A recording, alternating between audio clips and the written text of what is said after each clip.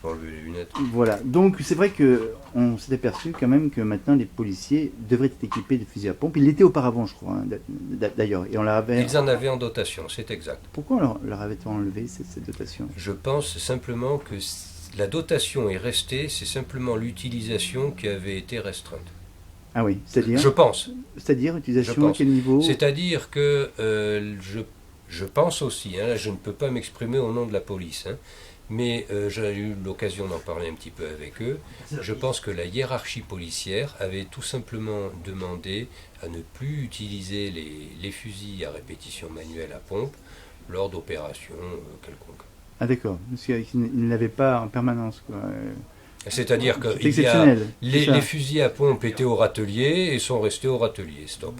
Maintenant, il s'agit simplement de réactiver cette utilisation.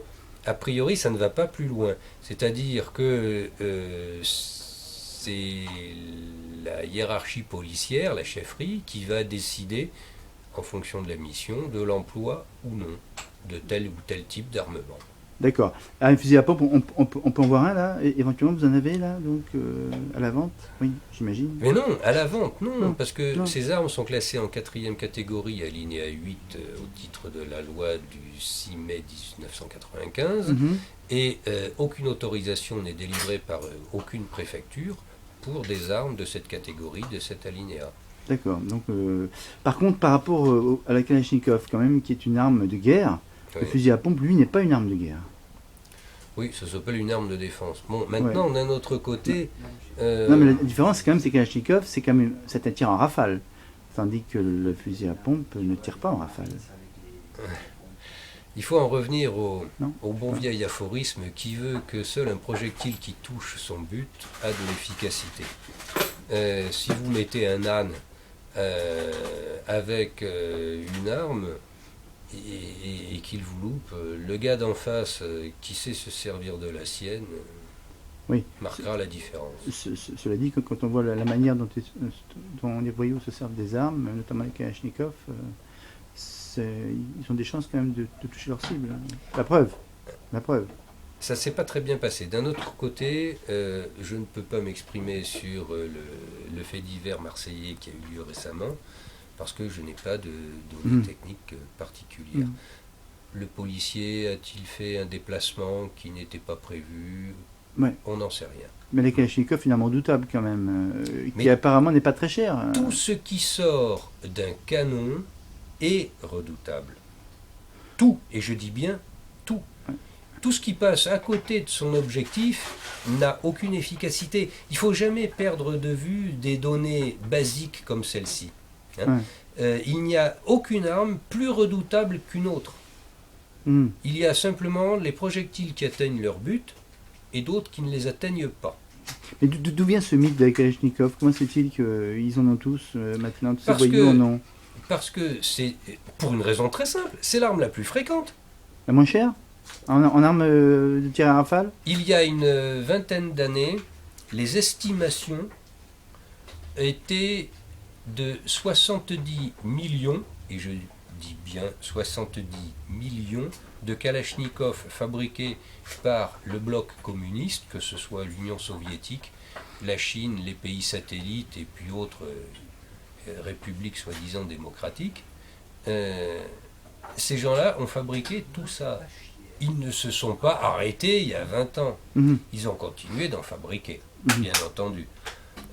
À partir de là, ils ont continué d'en distribuer à tous les mouvements révolutionnaires, subversifs ou quoi que ce soit. C'est pour ça que cette arme est aussi fréquente. Parce que c'est simplement l'arme la plus fréquente. Tout simplement. Tout simplement. Et au point de vue prix aussi, c'est vrai on dit quelques centaines d'euros. C'est pas énorme, quelques centaines d'euros pour... Alors là, c'est très variable. Bon. Moi, je sais que je commercialise des Kalachnikov qui sont compatibles avec le tir sportif, c'est-à-dire qui ne tirent pas en full auto. En rafale. C'est-à-dire, elles ne tirent pas en rafale. Ah bon. Les armes que je commercialise ne tirent qu'en semi-automatique, c'est-à-dire coup par coup. D'accord. Les voyous ne se fournissant pas chez les commerçants, c'est clair. Et l'affaire est vite résolue. Ils ont les 3 positions sur le sélecteur de tir, c'est-à-dire sécurité, semi-auto, full auto. Et full auto. D'accord.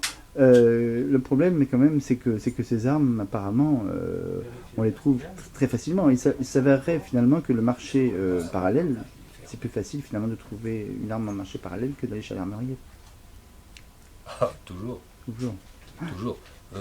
Vous allez s'introduire dans le marché parallèle et l'affaire de 2 ou 3 jours.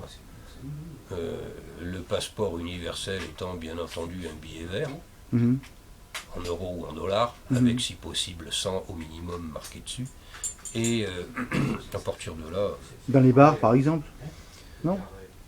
Oui, Oui. mais là, Je sais je pas, enfin, serais bien en peine de vous oui. indiquer lesquels, Non, je ne non, les non, fréquente sans pas. parler je suis non, pas navré. lesquels, mais je veux dire, c'est un peu ce style d'endroit où, disons, il y a du brassage. Ah bah oui, Voilà. c'est évident. Voilà, c'est évident, d'accord. Vous avez les Kalachnikov, mais qui sont donc Alors, celles qui sont exposées dans la boutique, Vous pouvez nous en faire voir une? allez, Ouais, on va la voir, comme ça. Donc ça, c'est la même exactement. rigoureusement, D'accord, voilà, ça sort d'un arsenal chinois. d'accord, C'est une arme rigoureusement d'origine qui a subi le minimum de modifications, irréversibles cependant, pour tirer des petites billes de 4 mm 5 qui ne font pas avec mal. un sparklet de 12 grammes de gaz carbonique. Voilà, qui ne font pas mal du tout. Ces armes sont conçues pour avoir une puissance, ces armes, ces matériels Oui, sont conçus pour avoir une énergie en sortie de canon, c'est-à-dire oui, inférieure à 2 joules. d'accord, c'est clair. C'est pour cela que, au terme de la loi du 6 mai 95, ce ne sont pas des armes. D'accord, Si elles tiraient des projectiles développant une énergie supérieure à 2 joules à la bouche, mhm, elles seraient à ce moment-là en 4e catégorie. d'accord, tout à fait. Donc ça, c'est vraiment inoffensif, hein, c'est juste, disons, pour faire du Avec tir ça, sur, vous tirez dans le jardin à quelques mètres. c'est ça, voilà, tout à fait. Mais les gens ne prennent pas tellement ça pour tirer, mais surtout pour la décoration. Bien sûr, et ça vaut 318 euros. 70 €. C'est pas le même prix qu'une vraie Kalachnikov qui est aux alentours de combien la véritable? Alors, celle que En je général. vends Oui, avec autorisation de détention, oui, c'est-à-dire avec l'aval des autorités, oui. sont à peu près à 1000 euros. Ah, quand même, minimum, d'accord.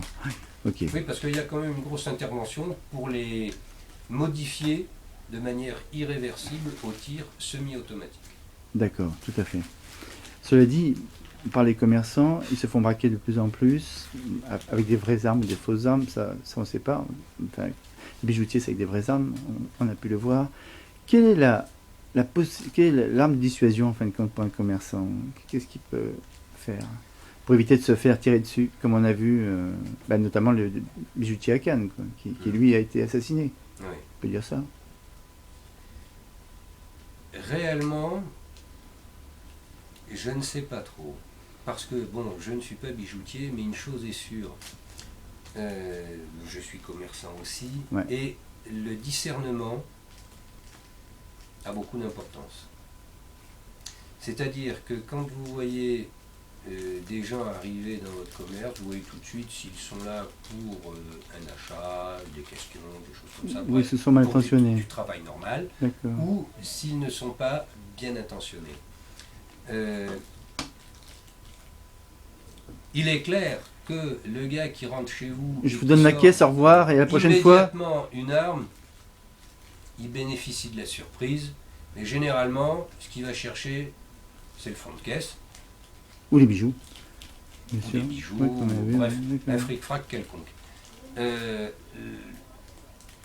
Le gros souci, c'est qu'à l'heure actuelle, on n'a plus tellement tendance à avoir des vrais bandits, mais à avoir Des tueurs. des Tueurs. crétins Des- qui viennent généralement d'anciens pays de l'Est, pour lesquels la vie n'a absolument aucune importance, alors celle des autres encore moins, Oui, ça. inévitablement. Ouais. Donc un battement de paupières qui peut leur sembler dangereux suffit à déclencher un tir meurtrier. Ouais. Je pense que la seule solution contre ça, c'est d'arrêter ces